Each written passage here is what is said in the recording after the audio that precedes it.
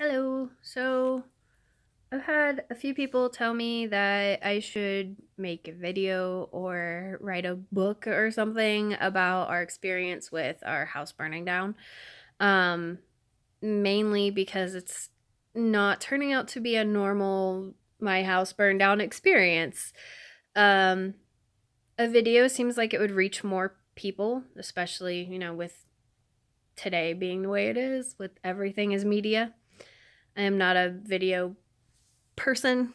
I'm not a techie person, so this video is probably going to be painful to watch. Uh, anyway, if you want to know, this is everything that's going on. Our house burned down last year in March, and we had, the day after it happened, which everyone got out, all the animals were safe. We just lost all our stuff and our house. So the day after it happened, we had our agent, our insurance agent, and an adjuster from our insurance company and a lady from Service Master come out and look at the house. Now, our adjuster, who was supposed to go through our whole house and kind of catalog everything and take notes on how big the rooms were and what kind of furniture we had and stuff like that, she only did the upstairs. She didn't go in the basement. And she did not tell me that until like a week after everything had happened, which I was still in shock. We were all still in shock for probably a good 2 months after our house burned down. Um, so she didn't even bother to go in the basement, which was like a whole nother living area for us. We had a bar down there. There was like all our board games were down there. A lot of the kids' toys were down there. My craft room was down there. I had a gigantic floor loom and a sewing machine and a felting machine and all the things that I use to do my job. So, she didn't even bother to go down there. So she had pictures of upstairs, all the rooms upstairs, and just, you know, she had called me a week later and was like, well, your house was really small for, your family. And I was like, well, we had a whole, we had the basement too. And she's like, oh, I didn't go down there. Which is like, oh, okay. Like, you just missed like half of our belongings. That's cool. So, uh, Service Master was there, and that lady went through the whole house too. She even went in the basement. She came back up, and the adjuster and the insurance agent, everyone was still there, and she was like, I think we can save some of the stuff in the basement. And, so the adjuster knew that Service Master was going to be taking things and cleaning them and giving them back and all that. So, there's that. And then the adjuster a week later called me and wanted me to remember everything in the basement off the top of my head. A week after my house burned down, she wanted me to recall everything in the basement. Like I said, I was in shock. I was probably in shock for a good 2 or 3 months after my whole life was up in flames. So I did the best I could. I cried a lot through that conversation, which she just seemed irritated with. So she was not a very nice lady. Anyway, so we got through all that. She was like, you have this much limit on replacing your things. They sent us money so we could get started. We replaced our wardrobes. We replaced our shoes. We replaced, pots and pans, whatnot. They found us a place to live in Canal Winchester, which is 30 minutes away from Circleville. So every day I drive my kids. I drive for an hour, taking the kids to and from in the morning, and then an hour to and from in the afternoon. So, yeah, not exactly close to where we were living, but, it's our own space, whatever, that we're making it work. So we have a piece of paper that says that we have 24 months to stay where we're at. And right now, we have the adjuster, which our original adjuster, the lady that wasn't very nice, retired in the middle of all of our crisis. So I don't know. So she retired. The adjuster that was working with her is now telling us that we have to be out of the place we're living in by the end of February. That's not 24 months. That's not even 12 months. Like, we didn't even get a full year. So I don't know what's up with that. We're trying to figure that out and talking to the adjuster, which she's not calling us back or anything. So that's fun. Right now it's January. We're getting closer to the end of January, and we have to give this place 30 days notice before we move out. So, yeah, dealing with that. Because of that, because of our time limit, we told our contractor back in September, we really need you to start working on our house, like really need our house done. And his response was to send us a letter that says, when you send the money for the foundation, then I can get started. Now, he has not submitted blueprints that are to code with Circleville. So I don't know how he was going to get started without having approved blueprints. First of all, there's that. Second of all, he never picked up the permit that we paid for him to actually build on our land. The third thing is he already got $40,000, which was his first draw to start the house. And the insurance company says that they're done. We're on our own as far as what happens between us and the contractor, because they don't get involved in disputes between the owner and the contractor. So we called the bank and we're like, this is our situation. And the bank is like, oh, well, we can't give him any more money. We can't give another, however much to start the foundation. We already gave him the first draw. We already gave him $40,000. And until he has someone go out and inspect the land and see that he actually built with that money, then we can't give him more. Because they have to have, he has to have a third of the house done before he would get more money anyway. So we cannot give him more money. We can't give him more money for the foundation. There's nothing we can do there. So the insurance company gave us the extra money that he had asked for, as far as you need X amount for the foundation, in addition to what it would have cost to build the house, because he had assumed the foundation would be okay. So the insurance company had sent us the money, and we had turned it into U.S. Bank, but U.S. Bank was not going to release any more money to him until he had something to show for the money he already got, which he had nothing. So that was in September. In October, we'd been calling him, sending him emails, asking him what's going on, why isn't he doing anything. He never got in touch with us at all. He never called us back. He never returned an email. We got a letter. We got an email towards the end of October saying that, until we pay something towards the foundation, he can't do anything. So we're like, you have $40,000. What do you mean you need more money? You haven't done anything yet. So we're, in our heads, we're like, okay, so he's probably spent our $40,000. We'll ask for the money back and cancel our contract with him and just be done. We'll find another contractor, or we'll move, or whatever we decide to do. We have to get that money back first. We have to get the $40,000 back first. So we sent him a letter in response to his letter, and we were like, since you're canceling the foundation contract, we are going to cancel the house contract and be done. He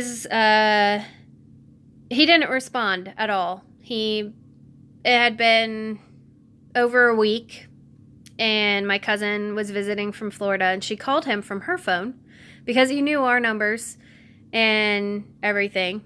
So she called him from her phone. He called her back within 5 minutes. She discovered that, he had gotten our emails and our phone calls. He was just ignoring us. in so many words. I mean, he was very rude to her, obviously, because she played him, you know, but it worked out because we got an answer that way, and we knew we needed to go get an attorney or something. Make it official, make it scary that, you know, we're going to take you to court if you don't give us our money back. So we got an attorney, and his response to us getting an attorney was getting his own attorney. His attorney, from what our attorney is telling us, is where people go when they are in some deep shit. People go to these people that our contractor has chosen when they've gotten themselves in a really bad position. So that says a lot right there. Then our attorney told us, you know, I'm going to work with his attorneys and see if we can get this figured out, get the money back to you without having to sue him or go to court. So you will just get your $40,000 back and you guys will be done. And we're like, that sounds great, you know. In the meantime, we're paying for a lawyer who's not cheap. So we're paying for that out of pocket. Our insurance company is telling us that, you know, hey, have you found someplace else to live yet? Because we're not going to pay for you to stay there after February. You can stay there if you pay for it. The place they found for us to stay is like $1,000 a month. I can't really afford that plus my mortgage that I still have to pay on a house that doesn't exist. So, we got our stuff back from ServiceMaster, which was mostly DVDs that were not cleaned. They weren't even opened. They weren't checked. A lot of books from the basement. Most of the DVDs we had to just throw away because they were melted. So it was pointless to get those back. Some of the books were so damaged that I honestly, everything they gave us back, I don't think they did anything to it. I think that they washed clothes and everything else they put in their chamber, how they phrased it. It's a big room that they put everything in that draws the smell of burnt down house out of stuff. So I think they put everything in there. They washed everything that was clothing, which we threw away most of because it still smelled. And we'd already replaced our wardrobe, so we're like, whatever. So they didn't really do anything except store our stuff. And yeah. Then the adjuster calls me and says, why am I getting a bill from ServiceMaster? And I'm like, because they had our stuff and we got it back. And because we have it back now, we have to pay for it. And she's like, well, your insurance doesn't cover this. And I was like, how does insurance not cover the people that you called? We didn't call ServiceMaster. I didn't even know ServiceMaster existed. So either the adjuster or the agent from the insurance company, one of those two called ServiceMaster, which means that should be on the insurance. So they wanted like $50,000 or something for maybe 25 boxes worth of stuff. And our washer and dryer, which I have no idea if they work. We haven't plugged them in. We haven't tried to use them. No idea. Yeah, so I told the adjuster that we can't afford to pay it. So I was like, most of the stuff we're throwing away anyway because they didn't clean it. They didn't do anything to it. She's like, that's not my problem. I was like, well, I can't pay them. She's like, well, then it's coming out of your contents purse, which is, our money to replace the things that we lost. And I was like, no, I'm not okay with you giving them $50,000 from our money to replace, our children's beds and our furniture. And, like, that doesn't seem right at all. Like, that should come from somewhere else.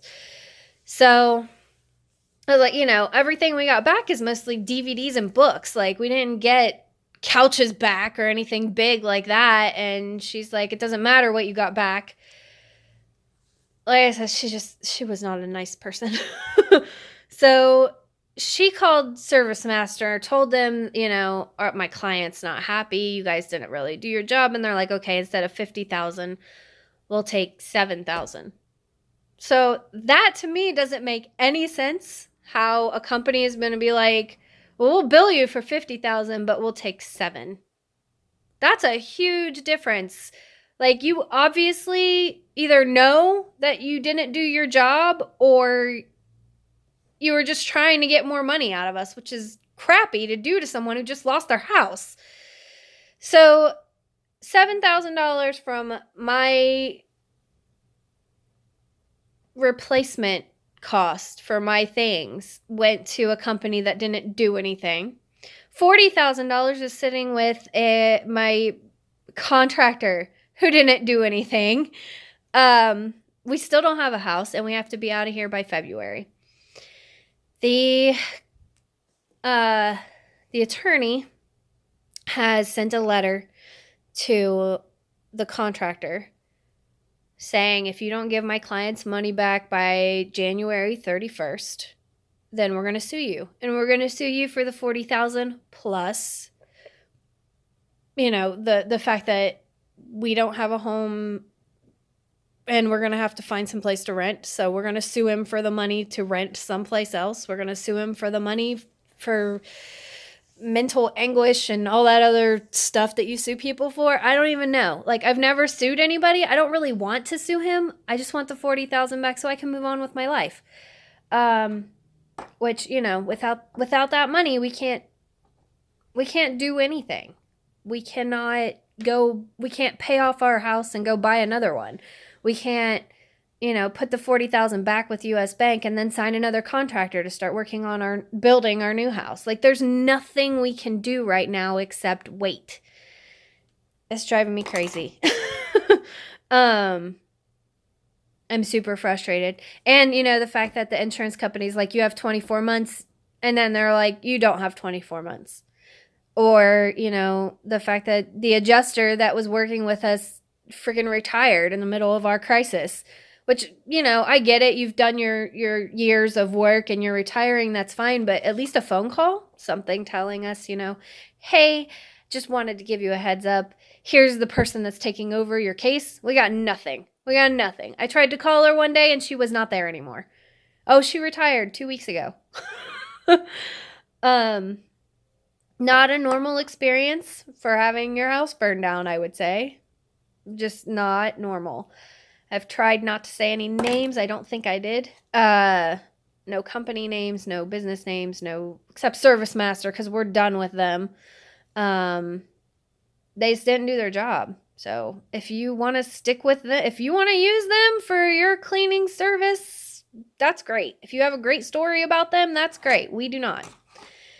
We were kind of screwed on that with, sorry, your house burnt down. Also, we took all of your stuff that was damaged and didn't do anything, and now we want to charge you money for it because we stored it for a little while. That's where we're at right now. For people who are curious, this is like a 20-minute video, so I'm going to go. I don't have anything else to say, really. If you have questions, I'll answer them. I don't know. I'm not a video person. Yeah. So hopefully everything gets resolved for the better soon. Yeah. Maybe I'll make another video in a few months and let you know what's going on then. Bye.